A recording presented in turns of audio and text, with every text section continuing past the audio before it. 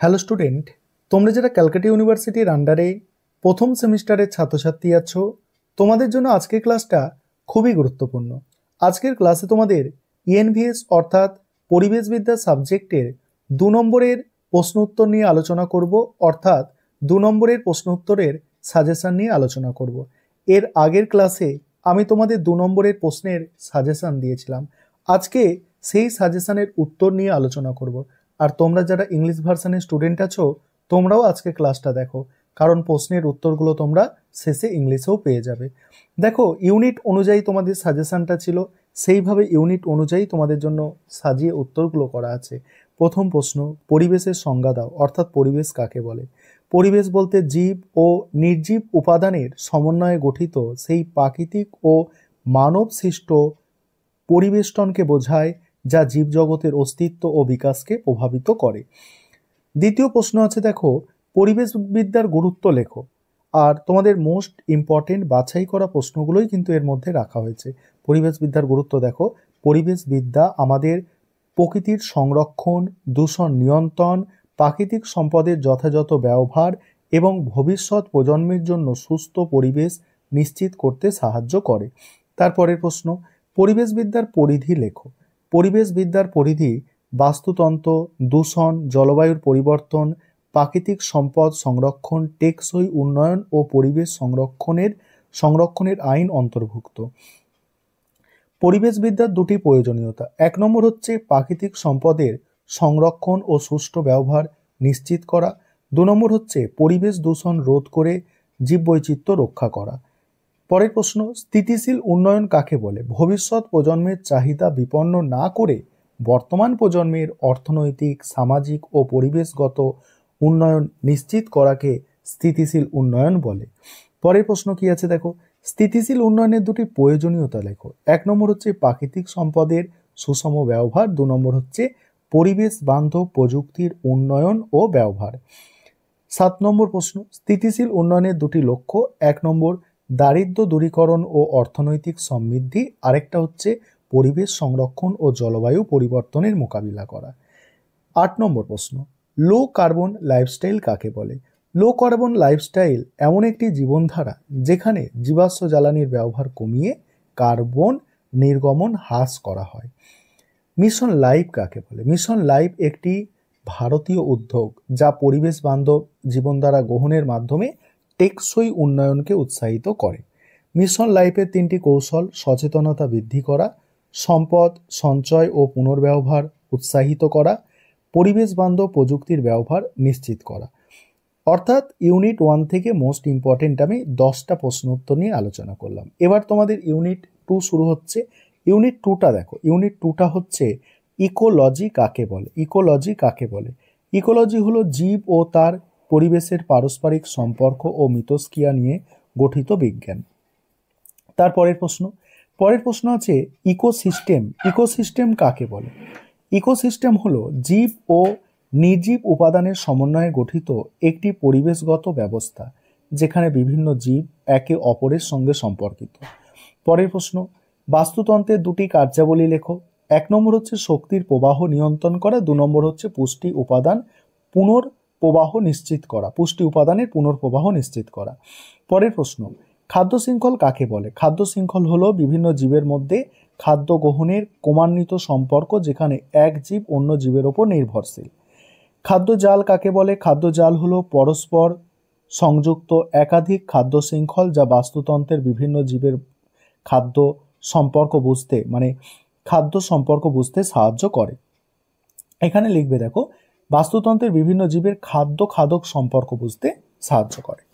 এবার হচ্ছে খাদ্য শৃঙ্খল খাদ্য জালের মধ্যে পার্থক্য। 2টো পার্থক্য লিখতে বলা হয়েছে। এক হচ্ছে খাদ্য শৃঙ্খল সরল রৈখিক, কিন্তু খাদ্য জাল হচ্ছে জটিল। 2 নম্বর হচ্ছে খাদ্য জালে একাধিক খাদ্য উৎস থাকতে পারে, কিন্তু খাদ্য শৃঙ্খলে একমুখী প্রবাহ থাকে। বায়োম কাকে বলে? বায়োম হলো বৃহৎ ভৌগোলিক অঞ্চল যেখানে আবহাওয়া, মাটি ও জীববৈচিত্র্যের নির্দিষ্ট বৈশিষ্ট্য বিদ্যমান। অরণ্যের বাস্তুতন্ত্রের উদাহরণ দাও। উদাহরণ হচ্ছে বৃষ্টি অরণ্য, যেখানে গাছ, পানি, ব্যাকটেরিয়া পারস্পরিক নির্ভরশীল। তারপরে দেখো, পরের প্রশ্ন কি আছে, পুকুরের বাস্তুতন্ত্রের উদাহরণ দাও। এটা ভালো প্রশ্ন এগুলো। পুকুরের হচ্ছে শৈবাল, শৈবালকে মাছ খাচ্ছে, মাছকে ব্যাকটেরিয়ার মধ্যে খাদ্য ও পুষ্টি আদান প্রদান ঘটে, মানে শৈবাল থেকে মাছ, মাছ থেকে ব্যাকটেরিয়া, ঠিক আছে, এইভাবে। তারপরে জনসংখ্যার বাস্তুবিদ্যা কাকে বলে? জনসংখ্যার বাস্তুবিদ্যা হলো নির্দিষ্ট অঞ্চলে কোনো জীবের জনসংখ্যার বৃদ্ধি, বিস্তার ও মিথস্ক্রিয়া নিয়ে গবেষণা।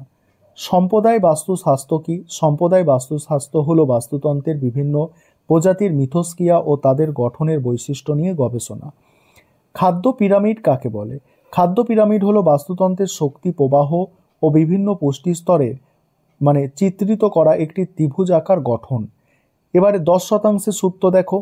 10% সূত্র অনুযায়ী খাদ্য শৃঙ্খলের এক স্তর থেকে পরবর্তী স্তরে মাত্র 10% শক্তি স্থানান্তরিত হয়, বাকিটা তাপ আকারে নষ্ট হয়। এবার হচ্ছে ইউনিট 3 নম্বর ইউনিট থেকে যে প্রশ্নগুলো আছে দেখো। সম্পদের সংজ্ঞা দাও। সম্পদ হলো প্রকৃতি বা মানুষের দ্বারা উৎপাদিত উপাদান যা মানুষের চাহিদা পূরণে ব্যবহৃত হয়। পুনর্ভব সম্পদ কাকে বলে? যে সম্পদের ব্যবহার করা হলেও স্বাভাবিক প্রক্রিয়ায় পুনরায় সৃষ্টি হয় তাকে পুনর্ভব সম্পদ বলে, যেমন বায়ু, জল। তারপরের প্রশ্ন আছে দেখো, পরের প্রশ্ন, অপুনর্ভব সম্পদ কাকে বলে? যে সম্পদ ব্যবহারের পর পুনরায় সৃষ্টি হয় না বা দীর্ঘ সময় লাগে তাকে অপুনর্ভব সম্পদ বলে, যেমন পেট্রোল, কয়লা। পুনর্ভব অপুনর্ভব সম্পদের মধ্যে পার্থক্য দুটি। দেখো, 1 নম্বর হচ্ছে পুনর্ভব সম্পদ প্রাকৃতিকভাবে পুনরায় উৎপন্ন হয়, কিন্তু অপুনর্ভব সম্পদ পুনরায় তৈরি হয় না। পরে দেখো, পুনর্ভব সম্পদ টেকসই, কিন্তু অপুনর্ভব সম্পদ সীমিত ও দ্রুত নিঃশেষ হয়। বৃষ্টির জল সংরক্ষণের দুটি উপকারিতা লেখো। 1 নম্বর হচ্ছে ভূগর্ভস্থ জলস্তর বৃদ্ধি পায়। 2 নম্বর হচ্ছে কৃষি ও পানীয় জলের চাহিদা মেটানো যায়। বন্যার দুটি কারণ লেখো। অতিবৃষ্টি ও নদীর মানে জলস্তর বৃদ্ধি, আর বন উজাড়, তারপরে অপরিকল্পিত নগরায়ন, এইগুলো। খরা কাকে বলে? দীর্ঘ সময় ধরে স্বাভাবিকের তুলনায় কম বৃষ্টিপাত হওয়াকে খরা বলে, যা জল সংকট সৃষ্টি করে। শক্তি সম্পদ কাকে বলে? যে সম্পদ থেকে শক্তি উৎপন্ন হয় তাকে শক্তি সম্পদ বলে, যেমন কয়লা, সৌরশক্তি। সবুজ শক্তি কাকে বলে? নবায়নযোগ্য ও পরিবেশ বান্ধব শক্তি যা প্রকৃতির ক্ষতি না করে উৎপন্ন হয় তাকে সবুজ শক্তি বলে। পরে প্রশ্ন, সবুজ শক্তি কিভাবে কাজ করে? সবুজ শক্তি যেমন সৌরশক্তি, বায়ু শক্তি বা জলবিদ্যুৎ প্রাকৃতিক শক্তিকে ব্যবহার করে বিদ্যুৎ উৎপাদন করে। প্রাকৃতিক সম্পদ, পরে প্রশ্ন কি আছে দেখো। প্রাকৃতিক সম্পদ অ্যাকাউন্টিং কাকে বলে? প্রাকৃতিক সম্পদ ব্যবহারের হিসাব, সংরক্ষণ ও তার প্রভাব বিশ্লেষণ করাকে প্রাকৃতিক সম্পদ অ্যাকাউন্টিং বলে। সৌরশক্তির দুটি ব্যবহার লেখো। বিদ্যুৎ উৎপাদন আর সৌর ওভেন ও গিজারে ব্যবহার। ভূতাপ শক্তি কাকে বলে? ভূগর্ভস্থ গরম জল বা বাষ্প থেকে উৎপন্ন শক্তিকে ভূতাপ শক্তি বলে। ভূমিকম্পের দুটি কারণ, অতিরিক্ত বৃক্ষছেদন বা বৃক্ষ নিধন আর ভারী বৃষ্টি বা জলপ্রবাহ। মরুকরণের দুটি কারণ, বন উজাড় ও কৃষি জমির অবক্ষয় আর জলবায়ুর পরিবর্তন ও অতিরিক্ত চাষাবাদ। অরণ্য ধ্বংসের দুটি কারণ, কৃষি ও নগরায়নের জন্য বনভূমি উজাড় আর কাঠ ও অন্যান্য বনজ সম্পদের অতিরিক্ত আহরণ। পরের প্রশ্ন, অরণ্য ধ্বংসের দুটি ফলাফল, জীববৈচিত্র্যের ক্ষতি ও পরিবেশ দূষণ, তারপরে জলবায়ুর পরিবর্তন ও কার্বন স্তরের বৃদ্ধি। ঠিক আছে, কার্বন স্তরের বৃদ্ধি। এবারে ইউনিট 4 দেখো। জীববৈচিত্র্য কাকে বলে? কোনো নির্দিষ্ট অঞ্চলে বিভিন্ন প্রজাতির জীব তাদের জিনগত পার্থক্য ও বাস্তুতন্ত্রের বৈচিত্র্যকে জীববৈচিত্র্য বলে। জিনগত বৈচিত্র্য কাকে বলে? একই প্রজাতির মধ্যে বংশগত বৈচিত্র্য যা পরিবেশের সঙ্গে খাপ খাওয়াতে সাহায্য করে তাকে জিনগত বৈচিত্র্য বলে। তারপরে কি আছে দেখো, প্রজাতিগত বৈচিত্র্য কাকে বলে? কোনো নির্দিষ্ট বাস্তুতন্ত্রে বিভিন্ন প্রজাতির জীবের সংখ্যা ও প্রাচুর্যকে প্রজাতিগত বৈচিত্র্য বলে। পরে প্রশ্ন, জীববৈচিত্র্যের দুটি গুরুত্ব লেখো। বাস্তুতান্ত্রিক ভারসাম্য রক্ষা করা, 2 হচ্ছে খাদ্য, ওষুধ, কৃষির বিকাশে সহায়ক। জীববৈচিত্র্য হটস্পট কাকে বলে? এমন অঞ্চল যেখানে বিপুল পরিমাণ জীববৈচিত্র্য বিদ্যমান কিন্তু তা হুমকির মুখে তাকে জীববৈচিত্র্য হটস্পট বলে। ভারতের জীববৈচিত্র্য হটস্পটের নাম পশ্চিমঘাট, হিমালয়, ইন্দো বার্মা, সুন্দরবন ও দেখো আন্দামান, এটা আন্দামান নিকোবর, ঠিক আছে, এটা স্পেলিংটা একটু দেখো, আন্দামান হবে ওটা। তারপরে এন্ডিমিজ কি? এন্ডিমিজ কি? পরের প্রশ্ন, এন্ডিমিজ কি? দেখো, কোনো নির্দিষ্ট অঞ্চলে যে প্রজাতির জীব স্বাভাবিকভাবে বিদ্যমান এবং অন্য কোথাও পাওয়া যায় না তাকে এন্ডিমিক বা এন্ডিমিজ বলে, আর এই বৈশিষ্ট্যকে তাকে এন্ডিমিক প্রজাতি বলে, আর এই বৈশিষ্ট্যকে এন্ডিমিজম বলে। তারপরে কি বলা হচ্ছে দেখো, এক্সিটু সংরক্ষণ কাকে বলে? কোনো প্রজাতিকে তার স্বাভাবিক আবাসস্থল থেকে পৃথক করে কৃত্রিম পরিবেশে সংরক্ষণ করাকে এক্সিটু সংরক্ষণ বলে। আর তারপরে ইনসিটু সংরক্ষণ কাকে বলে? কোনো জীবকে তার স্বাভাবিক বাসস্থানের মধ্যে সংরক্ষণ করাকে ইনসিটু সংরক্ষণ বলে। এক্সিটু ও ইনসিটু সংরক্ষণের মধ্যে দুটো পার্থক্য বলা হয়েছে। 1 নম্বর হচ্ছে এক্সিটু সংরক্ষণে জীবকে প্রাকৃতিক পরিবেশের বাইরে রাখা হয়, কিন্তু ইনসিটু সংরক্ষণে প্রাকৃতিক পরিবেশে সংরক্ষণ করা হয়। 2 নম্বর, এক্সিটু সংরক্ষণে উদ্ভিদ ও প্রাণী চিড়িয়াখানা বা জিন ব্যাংকে রাখা হয়, কিন্তু ইনসিটু সংরক্ষণে জাতীয় উদ্যান ও সংরক্ষিত বন ব্যবহৃত হয়। এবার ইনসিটু এক্সিটু সংরক্ষণের উদাহরণ: এক্সিটু সংরক্ষণ বটানিক্যাল গার্ডেন, জিন ব্যাংক। ইনসিটু সংরক্ষণের উদাহরণ কাজিরাঙ্গা জাতীয় উদ্যান, সুন্দরবন সংরক্ষিত বন। তারপরে জীববৈচিত্র্যের সংকট কাকে বলে? যখন কোনো অঞ্চলে জীববৈচিত্র্য হ্রাস পায় এবং এক বা একাধিক প্রজাতি বিলুপ্ত হওয়ার ঝুঁকি পড়ে, তখন তাকে জীববৈচিত্র্যের সংকট বলে। তারপরে হচ্ছে দেখো, ইকোলজিক্যাল সাকসেশন কাকে বলে? কোনো নির্দিষ্ট অঞ্চলে সময়ের সাথে সাথে এক ধরনের জীব সম্প্রদায় পরিবর্তিত হয়ে অন্য সম্প্রদায় দ্বারা প্রতিস্থাপিত হওয়ার প্রক্রিয়াকে ইকোলজিক্যাল সাকসেশন বলে। বায়োপ্রসপেক্টিং কাকে বলে? জীববৈচিত্র্যের উপাদান থেকে নতুন ঔষধ, কৃষি বা শিল্পজাত পণ্য উদ্ভাবনের গবেষণাকে বায়োপ্রসপেক্টিং বলে। বায়োপাইরেসি কাকে বলে? কোনো স্থানীয় সম্প্রদায়ের ঐতিহ্যগত জ্ঞান ও জীব সম্প্রদায়কে অনুমতি ছাড়া ব্যবহার করে মুনাফা অর্জন করাকে বায়োপাইরেসি বলে।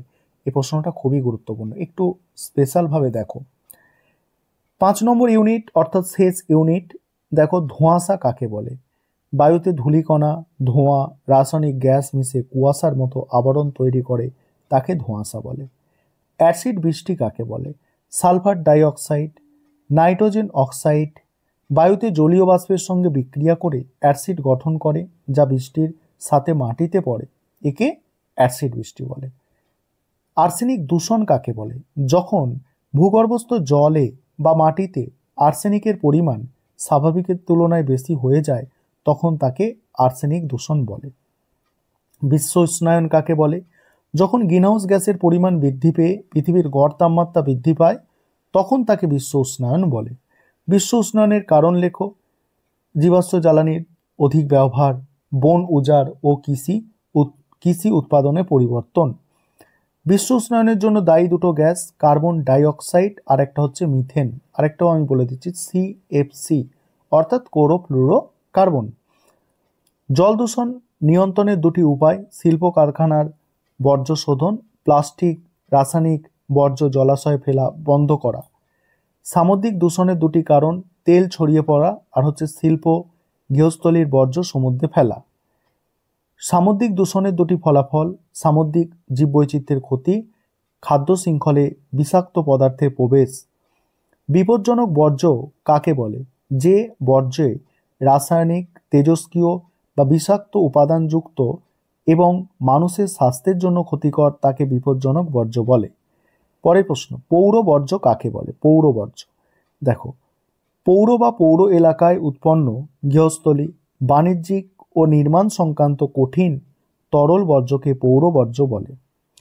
কয়েকটি বায়োমেডিকেল বর্জ্যের উদাহরণ: হাসপাতালে ব্যবহার করা সিরিঞ্জ, ছুঁচ, দূষিত ব্যান্ডেজ ও চিকিৎসার সরঞ্জাম। ই বর্জ্য কাকে বলে? ব্যবহারের অযোগ্য বা পরিত্যক্ত ইলেকট্রনিক যন্ত্রাংশ যেমন মোবাইল, কম্পিউটার, ব্যাটারি ইত্যাদিকে ই বর্জ্য বলে। জলবায়ুর পরিবর্তন কাকে বলে? দীর্ঘ সময় ধরে পৃথিবীর গড় তাপমাত্রা, বৃষ্টিপাতের ধরন, আবহাওয়ার পরিবর্তনকে জলবায়ুর পরিবর্তন বলে। গ্রিনহাউস এফেক্ট কাকে বলে? যখন গ্রিনহাউস গ্যাসের কারণে সূর্যের তাপ বায়ুমণ্ডলে আটকে থাকে এবং পৃথিবীর তাপমাত্রা বৃদ্ধি পায়, তখন তাকে গ্রিনহাউস এফেক্ট বলে। তারপরে প্রশ্ন, অম্লবৃষ্টির দুটি প্রভাব, মাটির উর্বরতা হ্রাস ও জলজ প্রাণীর ক্ষতি, আরেকটা হচ্ছে স্থাপত্য ও ঐতিহাসিক ভবনের ক্ষয়।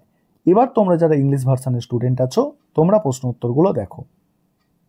এবার তোমরা যারা ইংলিশ ভার্সনের স্টুডেন্ট আছো, তোমরা দেখো, আমি স্ক্রল করে যাচ্ছি, তোমাদের সুবিধা মতো তোমরা স্ক্রিনশট করে নাও। আর আমাদের এবারে প্রথম সেমিস্টারে আর স্টাডি মেটেরিয়াল দেওয়া হচ্ছে না, বা স্টাডি মেটেরিয়াল আর কিন্তু পাবে না তোমরা। তোমরা সেকেন্ড সেমিস্টারে যদি কেউ স্টাডি মেটেরিয়াল পারচেস করতে চাও, এখন থেকে যোগাযোগ করতে পারো। আমাদের প্রথম সেমিস্টারে আর স্টাডি মেটেরিয়াল দেওয়া হয় না টিম থেকে, কারণ পরীক্ষার একদিন বাকি। আমি যতটা পারবো তোমাদের আমি আলোচনা করার চেষ্টা করব, ঠিক আছে? আলোচনা করার চেষ্টা করব। এইভাবে প্রশ্ন উত্তরগুলো তোমরা তোমাদের সুবিধা মতো স্ক্রিনশট করে নাও। আর অ্যান্সারের কোয়ালিটি দেখবে যথেষ্ট ভালো করে, মানে ছোট করে কিন্তু ভালো করে লেখা আছে, যাতে তোমাদের মনে থাকে, ঠিক আছে? আর যাতে তোমরা ভালোভাবে লিখে আসতে পারো। প্রত্যেকটা ইউনিট অনুযায়ী অ্যান্সার করে দেওয়া আছে। দেখো, তোমাদের একদম মানে পুরো কমপ্লিট একটা জিনিস করে দেওয়া হয়েছে, যাতে তোমাদের কোনো অসুবিধা না হয়, ঠিক আছে? কারণ একটা দুটো প্রশ্ন নিয়ে আমি কিন্তু তোমাদের করি না, তোমাদের পুরো সিলেবাস কমপ্লিট করাই। সেখানে তোমরা দেখেছো, এইচএসসি ইংলিশ পরীক্ষা দিয়েছো, সেখানে তোমরা বুঝে গেছো যে কতটা কি কমন এসেছে। আর ইএনবিএস যেটা হয়, সেটা হচ্ছে ইএনবিএস ক্যালকাটা ইউনিভার্সিটি প্রতিবারই প্রশ্ন ঘুরিয়ে ফিরিয়ে দেয়, ঠিক আছে? প্রশ্ন যে হুবহু কমন দেবে, ডাইরেক্ট দেবে, সেরকম নয়। তবে এগুলো তোমরা করো, এই প্রশ্নগুলো করলে অবশ্যই তোমরা উপকৃত হবে।